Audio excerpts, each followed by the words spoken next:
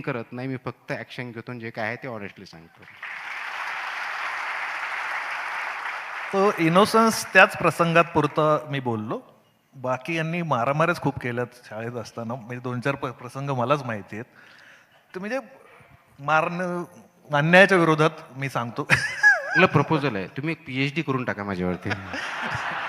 नाही, मी तुम्हाला सांगेन की म्हणजे तुम्ही फार सिनेमा बघत नाही तर स्वतःवरचा सिनेमा बघाल काही दिवसांनी. पण मला इंटरेस्टिंग गोष्ट काय वाटली की अन्याय झालाय, मारामारी केली, अमुक केलं. हे तुम्ही शाळेत, कॉलेजमध्ये केलं. आता असं दिसलं, झुरळ दिसलं काही तर असं हात शिवशिवत नाही म्हणजे की आता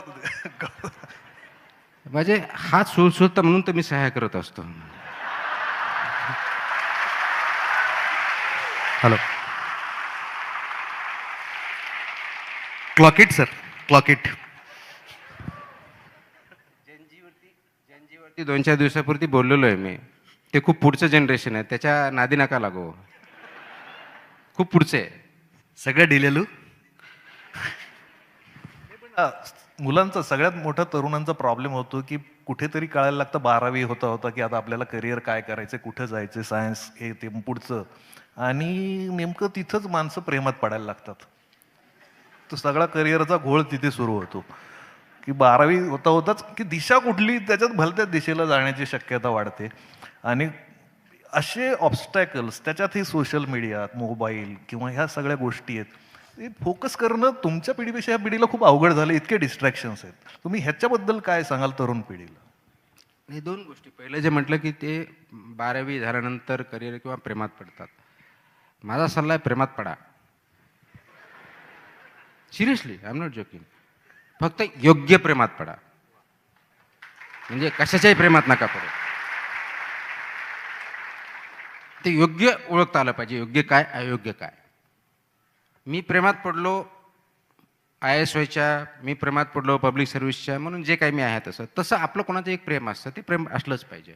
कारण आपण जीव ओतून जोपर्यंत त्याच्यामध्ये काम करत नाही तोपर्यंत तशा पद्धतीचं यश भेटू शकत नाही. यश म्हणजे कमी जास्त प्रमाणात हेच असतं. पण तुम्हाला अत्युच्च शिखरावर ज्यावेळेस जायचं असतं तर त्याप्रमाणेचा जीव पण ओतायचा असतो. म्हणून ते प्रेमात पडलं पाहिजे. आजकाल जो सोशल मीडियाच्या ज्याच्याबद्दल आपण प्रश्न विचारला तो अत्यंत महत्त्वाचा विषय आहे. हे डिजिटल आहे. डिजिटल युग ज्याला म्हणू आपण. आणि जनजी म्हणजे यांची बाय डेफिनेशन की यांचा बर्थच डिजिटल युगात झालेला आहे. म्हणजे त्याला डिजिटल हे नवीन नाही आहे. त्याचा जन्म झाला आहे. तेच खातात, तेच जगतात, त्याच्यावरतीच जगतात. त्याच्यामुळं मोबाईल वापरणं, डिजिटल यूज करणं, सोशल मीडिया यूज करणं चुकीचं आहे का? अत्यंत बरोबर आहे. त्याचं चुकीचं काहीही नाही. कारण कोणत्या गोष्टीचा एक्सेस हा चुकीचा असतो. कोणतंही ते एक इक्विपमेंट आहे, त्याचे मीन्स आहे, माध्यम आहे. त्याचा गैरवापर करायचा का वापर करायचा हा आपल्या हातात आहे.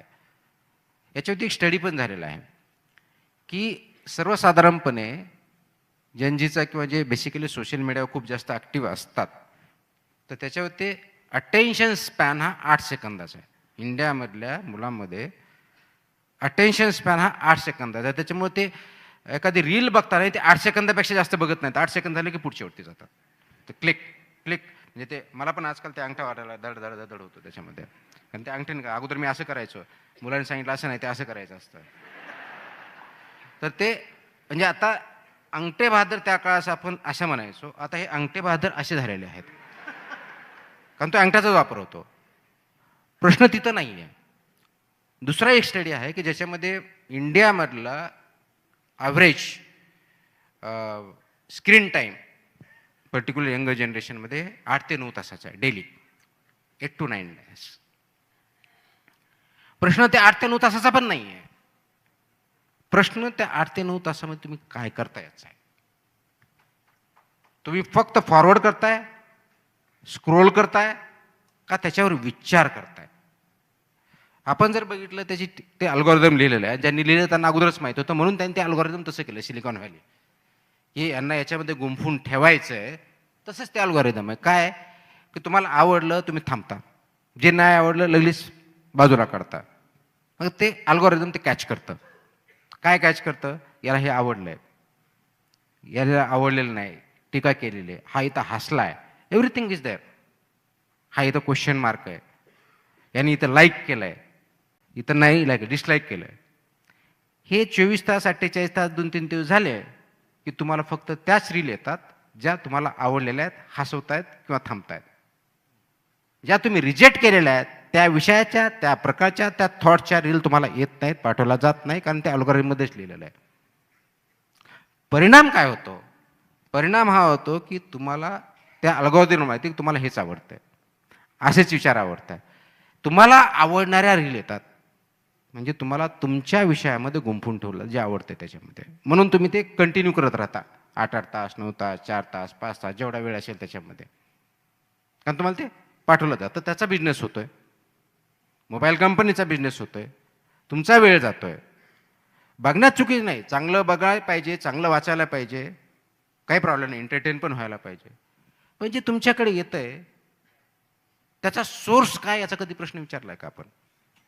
की माझ्याकडे XYZ फॉरवर्ड आला, ती रील आली, त्याचा सोर्स काय, ऑथेंटिसिटी काय आहे, त्याचं खरेपणा आहे का खोटेपणा आहे, हा प्रश्न पडणं महत्वाचं आहे. ते व्हेरीफाय 2-3 सोर्सेस कडून आपण करतो का फक्त ते आलंय म्हणून मान्य करतो? जर व्हेरीफाय केल्यानंतर योग्य वाटलं तर ती योग्य की अयोग्य हे ठरवतो का आपण?